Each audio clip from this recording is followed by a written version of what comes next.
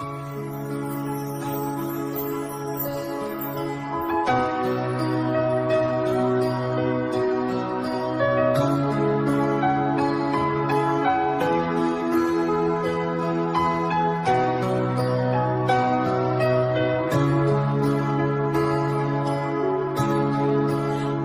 đồng cho ly cố cả bỏ trái khô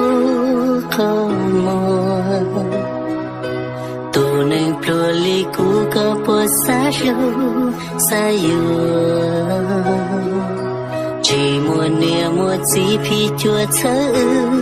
lu chua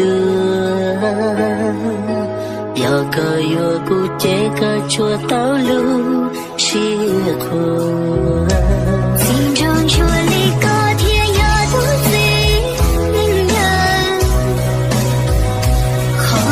trời có trái yêu có lúc chia lúc lần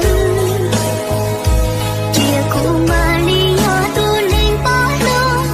bỏ thân có ý nôn địa thọ có bên chia luôn chờ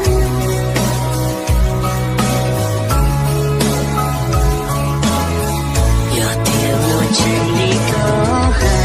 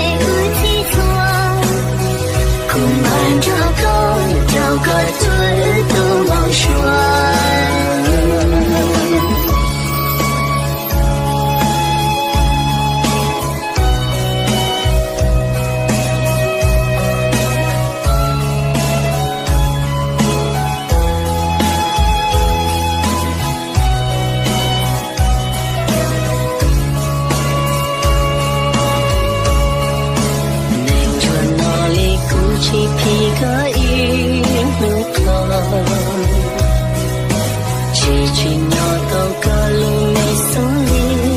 của thăng trò cha tình